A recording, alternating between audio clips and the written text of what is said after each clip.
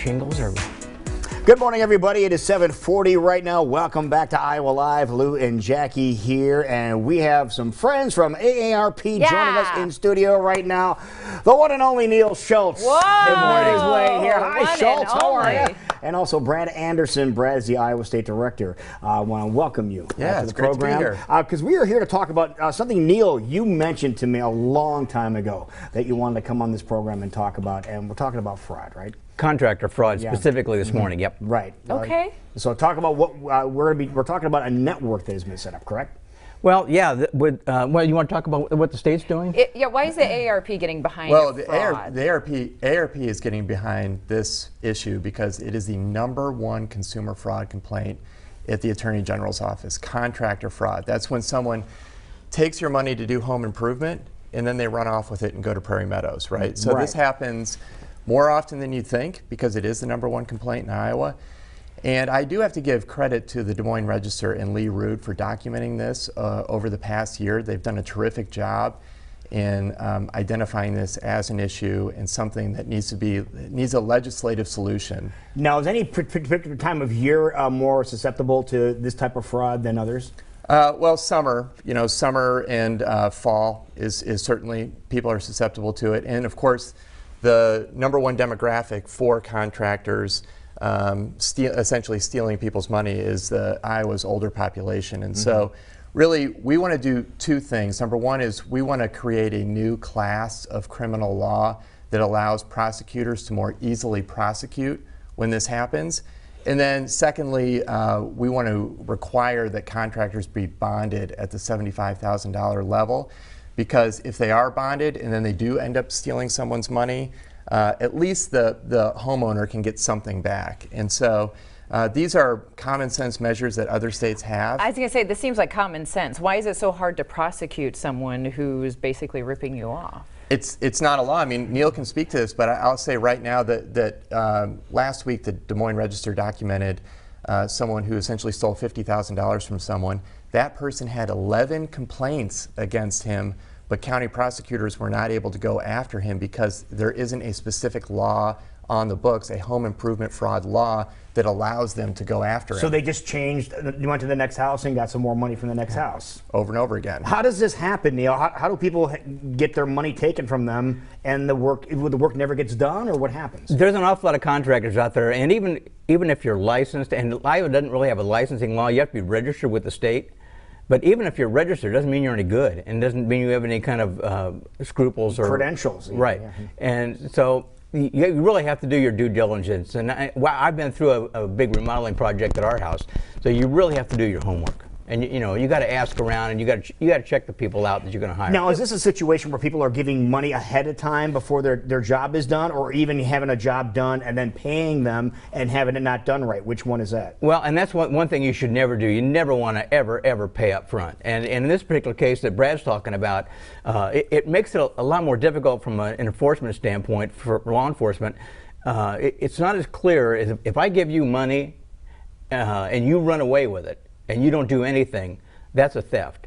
But if I give you money and you do some work, and I give you some more money and you do some work, and then I keep giving you money and you quit doing the work, it's a little more muddled. It turns it into more of a civil problem than it is a criminal problem. Really? And that's really where, So paying a little bit as the project continues is not really a great idea. No, that's what you want to do. Oh, that's what you want to do. You absolutely Okay. want to do that. You want to have a set schedule, a payment schedule, but those are some of the things that you need to watch out for, some of those red flags. If you have a contractor you're going to hire, and he says, I want all the money up front, and I don't have a license, but I can do it cheaper because I don't have a license, and things like that. Those are just big red flags. I was going to say, what are some of the pitfalls that especially our older Iowans are falling into, that they fall for something like this? Is it because of money? Because, jobs get more and more expensive, so if they give them a great deal, it's like, oh, I better jump on this? Or what are some of the things we can try to avoid if we hear? Well, I would say, to Neil's point, check if the person has a license. Now, the truth is, in Iowa, if you're a contractor out there, you go to the Iowa Workforce Development, you get your license. It's a pretty straightforward procedure, but you also don't need a license. That's the other thing is it's only a $250 fine if you don't have it. So really, so we need to improve the licensing for home contractors. But that being said, everyone should ask for a license. Secondly, if it sounds too good to be true, it probably is. If someone is giving you a deal that is dramatically underbid from the next person, that is an immediate red flag. Yeah.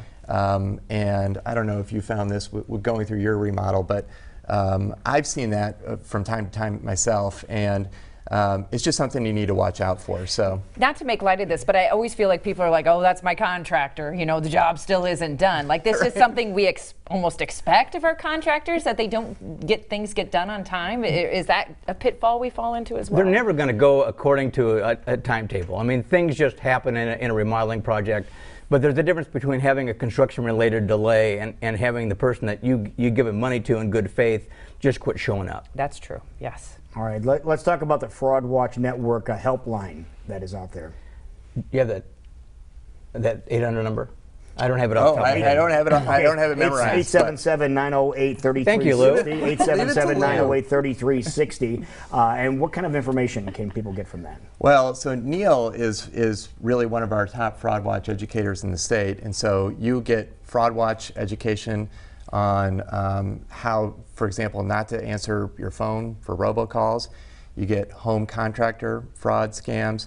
You get there are a bunch of Medicare scams out there. So when people when they ask for your Medicare number because they want to bill, for example, medical devices, be sure not to give them your Medicare number. I mean, Neil, you've got a whole list of things that people need to watch out for. It's just that personal information that there's so much of it out there already that we're never going to reel it back in. So we have to be so protective of the information that we give to somebody and make sure that they have a need to have it. You know, somebody that's a contractor doesn't need your Social Security number. They don't need your Medicare number and things like that.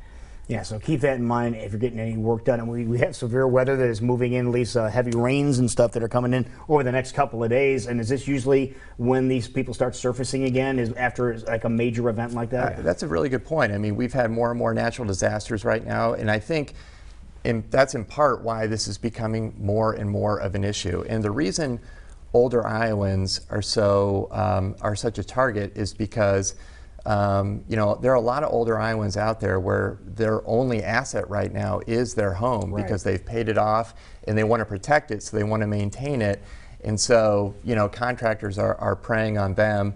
And when you're on a fixed income and you lose, even, you know, if it's $5,000, if it's $50,000, it is a lot of money to someone out there that is on a fixed income. And so this is a top priority for AARP to work with the county attorneys and the Attorney General's office to get something done on home contractor fraud.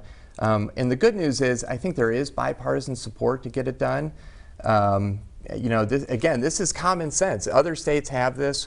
We should require bonding. We should make we should have a separate criminal law on home contractor fraud to allow our prosecutors to prosecute. And once we get that done, I think you're going to see a dramatic improvement in consumer protection out there. It sounds like we just need to make it a priority, and thankfully we have AARP on our side to try and make that a priority with our legislation. But also as individuals, I understand you're going to be doing presentations across the state, but we also have that phone number. How can people get more details if they want to know more? Well, I would go to aarp.org/IA, aarp.org/IA.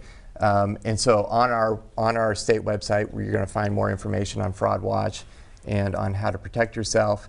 The other thing is next year we are going to be doing a statewide Fraud Watch tour, and we're really going to focus on home contractor fraud. So all 99 counties, we're not going to do the full Grassley, we're not going to do the full 99 county tour. But we are going to try and get people together from all 99 counties to talk about this issue. Because it is such a priority. See if we can get the laws changed to benefit everybody in general. That's right. Perfect. That's right. Thank you, gentlemen, for joining us today. It is 10 minutes before 8 o'clock right now. Don't go too far.